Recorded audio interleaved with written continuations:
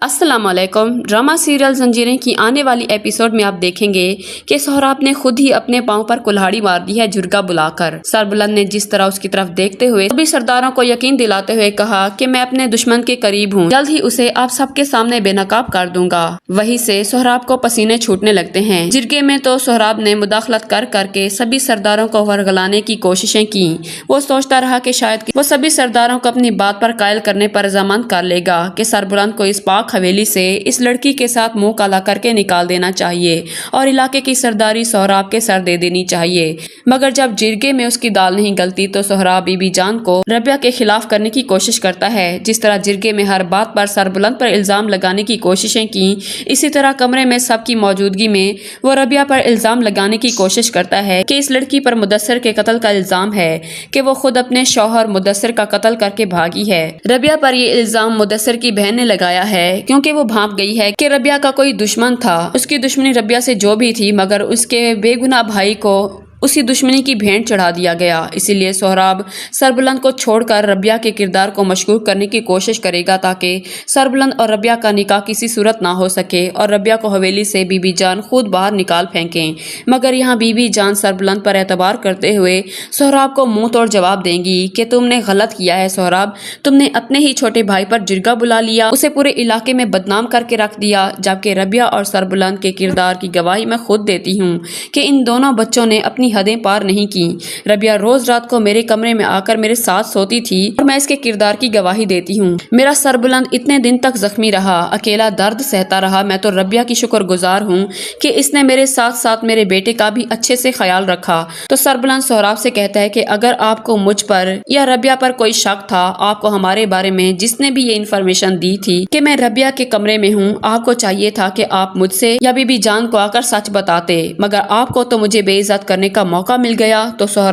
سہراب خود کو سربلند کے قہر سے بچانے کی خوب کوششیں کرتا ہے، مگر سربلند سہراب پر چلاتا ہے تو سہراب دم دبا کر بھاگنے کی کرتا ہے۔ غصے اور تیش سے اس کی آنکھیں لال ہو جاتی ہیں۔ ادھر شیریں الگ سے پریشان ہوتی ہے کہ اس کی حالت دن بدن خراب ہو رہی ہے۔ وہ سمجھ جاتی ہے کہ وہ سہراب کے بچے کی ماں بننے والی ہے، اس لیے شیریں سہراب سے ملنے رات کے اندھیرے میں جاتی ہے، جہاں سہراب شیریں کو سربلند کی خبر دینے کی شاباشی تو دیتا ہے، مگر اس کے منہ سے یہ خبر سن کر کہ وہ اس کے بچے کی ماں بننے والی ہے، وہ زرگون کو شیریں کو مارنے کا حکم دیتا ہے، جس سے یہ بھی ہو سکتا ہے کہ زرگون انکار کر دے اور سربلند کی باتوں اور زرگون کے انکار پر وہ زرگون کو ہنٹر سے مارنا پیٹا شروع کر دے گا اور شیریں کو زرگون سے سہراب کے ارادوں کا پتہ چلے گا تو وہ اپنے بچے کی انصاف کی خاطر سربلند کو خود ہی بتا دے گی کہ وہ سہراب کے کہنے پر یہ سارے برے کام کرتی رہی تھی، اور اسی طرح شیریں سہراب کے بچے کی ماں بھی بننے والی ہے۔ یہ بات بھی وہ کلیئرلی سربلند کو بتا دے گی۔ شیریں جس طرح سہراب کی محبت میں اندھی ہو کر سب کی جانیں لینے سے نہیں گھبرا رہی،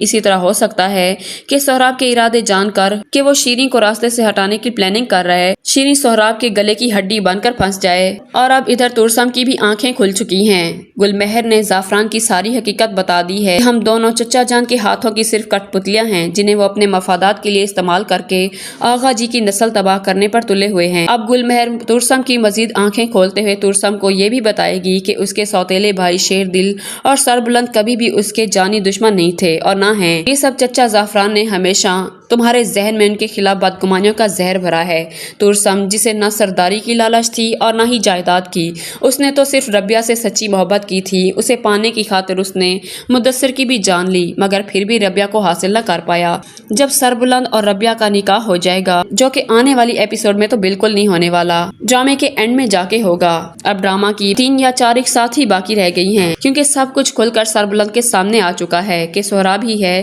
جو تورسم کے ساتھ مل کر اندر کا کھیل کھیل رہا ہے اور شیریں اس کا مہرا ہے، جو سہراب کے کہنے پر تورسم کو اندر کی خبریں پہنچاتی رہی ہے، جس سے مجھے لگتا ہے کہ تورسم اب حویلی میں خود ہی سربلند کے سامنے آ کھڑا ہوگا اور اس کے سامنے خود اپنے منہ اعتراف کرے گا کہ سہراب اور تورسم ملے ہوئے نہیں تھے، لیکن شیریں کی مدد سے اور زمرد کی شیریں سے سچی محبت اور وفا نبھاتے ہوئے زمرد پہلے شیر دل کو اور اب سربلند کو رستے سے ہٹانا چاہتا تھا تاکہ تورسم کے سوتیلے بھائیوں کے نام و نشان مٹ جائیں اور سرداری تورسم کے سر آئے، جس کے بعد گڑی الف اور پورے علاقے کی ساری سرداری کا تاج تورسم سے ہوتے ہوئے زعفران کے سر آئے۔